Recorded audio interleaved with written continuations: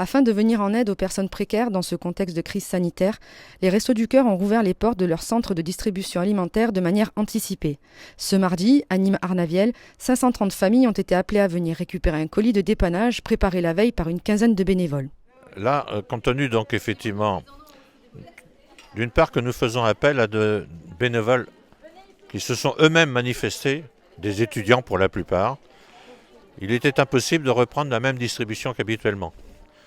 Et donc nous avons simplifié et préparé en amont des sacs de nourriture, des sacs de denrées alimentaires, contingentés en fonction de la composition de la famille. Des sacs pour une personne, 2 personnes, 3 personnes, etc., jusqu'à 5 personnes. Quant aux conditions de distribution, elles ont été repensées afin de respecter les mesures barrières imposées pour éviter la propagation du coronavirus. Il était hors de question d'intégrer dans nos locaux les personnes pressées les unes derrière les autres.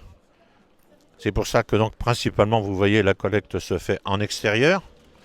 À partir de cela, nous respectons toutes les gestes barrières, les précautions prises, non seulement entre les bénévoles là aujourd'hui qui sont principalement des étudiants, et il faut le souligner, ils se sont portés volontaires, et les personnes accueillies.